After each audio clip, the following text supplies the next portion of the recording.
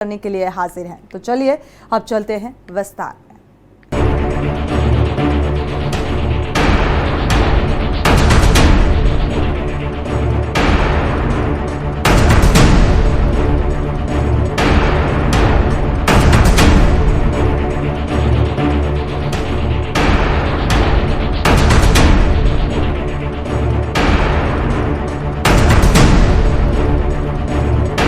बढ़ा सियासी कलेश। जेपी की जयंती पर बुधवार के दिन नाटकीय भरा दिन रहा। दरअसल गोमती नगर स्थित जेपी नारायण इंटरनेशनल सेंटर में अखिलेश यादव का कार्यक्रम था। जेपी की जयंती पर अखिलेश ने उनकी प्रतिमा को माला पहनाने गए और इसके लिए उन्होंने एलडीए से मंजूरी भी मांगी, लेकिन उन्होंने इजाजत वहां से उनको नहीं मिली। गेट पर ताला डाल दिया गया और इसके बाद सपा कार्यकर्ताओं ने सेंटर के गेट पर धरना प्रदर्शन शुरू कर दिया और कुछ देर बाद अखिलेश आए और गेट फांद कर अंदर गए।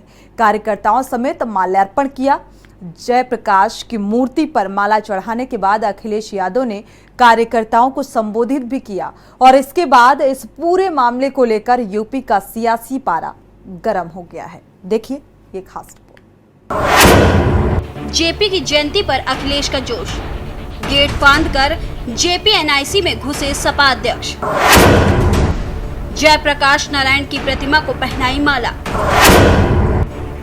गरमा गया लखनऊ का सियासी पारा।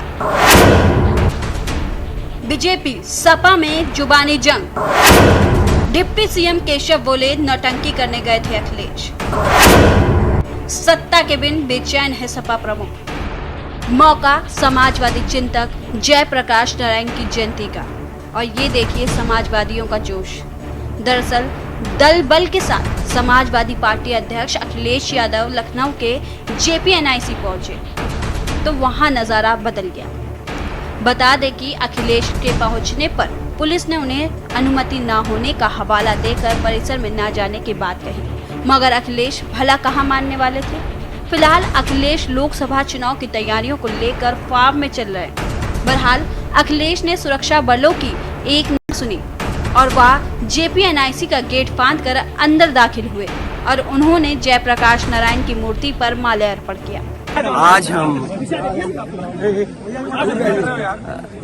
जैसे पहले कार्यक्रम समाजवादी लोग करते रहे हैं उसी तरीके से आज जयप्रकाश जी को संपूर्ण क्रांति के नायक के जन नायक नेता के लिए हर वर्ष हम लोग आज की तारीख में आते थे और ये कोई पहली बार नहीं है कि इस जेपी समाजवाद म्यूजियम में हम लोग माल्यार्पण करने पहली बार आ रहे हों।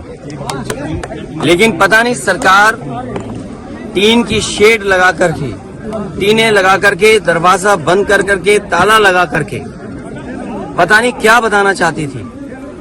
ये वही जेपी है जिन्होंने संपूर्ण क्रांति का नारा दिया था और वो इसलिए दिया था कि उन परिस्थितियों में उस समय पर चरम सीमा पर महंगाई थी, चरम सीमा पर बेरोजगारी थी, चरम सीमा पर भ्रष्टाचार था और न जाने कितना उनके साथ देश के समाजवादी नेताओं को जेल जाना पड़ा, इमरजेंसी लगी और जिस समय वो पीजीआई अस्पताल में थे उस समय जो उन्होंने जेल डायरी लिखी उसमें लिखा कि मैं कैसे सोच सकता हूं एक लोकतांत्रिक देश में इमरजेंसी लग जाएगी।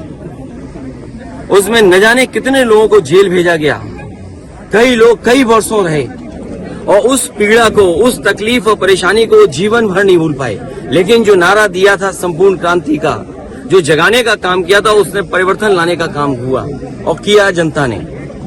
जनता की शक्ति के सामने सरकार की शक्ति का कुछ असर नहीं है। मुझे दुख इस बात का है कि पुलिस लगा करके यहाँ रोक रहे हैं। अधिकारी इस बात के लिए तैयार नहीं है कि किससे पूछें। तो कम से कम ये देश की और प्रदेश की जनता जाने और लोग जाने आखिरकार कौन रोक रहा है, कौन रोक रहा था। इसलिए मजबूरी में जिस तरीके से हर बार माल्यार्पण करने हम समाजवादी लोग आते थे, मुझे याद है जब उद्घाटन हुआ था नेताजी यहाँ आए थे, नेताजी से मैंने उद्घाटन करवाया था।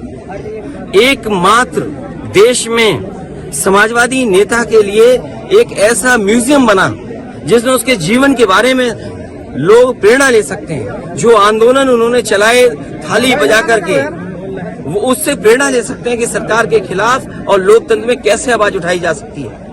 आपको बता दें कि इस घटना को लेकर मौके पर खूब बवाल मचा। मैनपुरी सांसद और अखिलेश यादव की पत्नी डिंपल यादव ने बयान दिया और कहा, जयप्रकाश नारायण जी लोकनायक के रूप में जाने गए हैं क्योंकि वह समाजवादी, एक क्रांतिकारी लीडर और एक सच्चे राष्ट्रवादी नायक थे। मैं समझती हूँ जेपी इंस्टीट्यूट समाजवादी पार्टी के पैसे से नहीं बना है, ये सिर्फ जनता के पैसे से बना है और जनता को समर्पित करने के लिए बना है। लोकनायक जिनके जो जाने गए हैं हमारे आदरणीय जयप्रकाश जी, क्योंकि वो एक समाजवादी लीडर थे, एक क्रांतिकारी लीडर थे और एक सच्चे राष्ट्रवादी नायक थे। तो मैं समझती हूँ जो समाजवादी पार्टी द्वारा जो जेपी इंस्टीट्यूट जो बनाया गया है जयप्रकाश नारायण जी का, तो ना तो ये लोग और ये समाजवादी पार्टी के पैसों से नहीं बना, ये जनता के पैसों से बना है और ये जनता के समर्पित करने के लिए बना है। इसलिए जनता जाने कि हमारे देश के लीडर्स कैसे थे, हमारे देश के नेता कैसे थे और उनसे एक हमें इंस्पिरेशन मिले, उनसे युवाओं को एक इंस्पिरेशन मिले और जो हमारी नई पीढ़ी के लोग हैं वह जान पाए, उन्हीं के दिखाए हुए मार्ग पे चल पाए। तो भाजपा वाले नहीं चाहते हैं कि जो सच्चे क्रांतिकारी लोग थे, जो सच्चे राष्ट्रवादी लोग थे, जो सच्चे समाजवादी लोग थे, जिन्होंने देश के लिए लड़े और जो देश को सही दिशा दिलाना चाहते हैं, तो इस तरह की छोटी हरकतें कर एक बहुत ही निश्चय स्तरीय एग्जाम्पल दे रहे हैं ताकि लोग जान सके कि देश के लीडर्स कैसे थे। भाजपा वाले नहीं चाहते हैं कि जो लोग सच्चे राष्ट्रवादी और समाजवादी को जाने। इस तरह की छोटी हरकत करके वे निचले स्तर का उदाहरण दे रहे हैं। जानकारी के मुताबिक मंगलवार शाम को ही एलडीए ने जेपीएनआईसी के गेट पर ताला लगा दिया था और अखिलेश यादव को कार्यक्रम की अनुमति नहीं दी थी।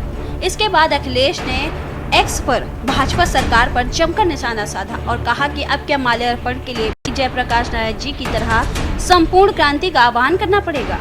अगर भाजपा को यही मंजूर है तो यही सही। इसके बाद बुधवार को अखिलेश जेपीएनआईसी का गेट फांदकर अंदर दाखिल हुए और उन्होंने योगी सरकार पर निशाना साधा। बता दें, एलडीए ने सुरक्षा कारणों के चलते अखिलेश के कार्यक्रम की अनुमति नहीं देने की बात कही। एलडीए ने यह भी कहा कि जेपीएनआईसी में साफ सफाई का कार्यक्रम चल रहा है, इसलिए यहां ताला लगा दिया गया है।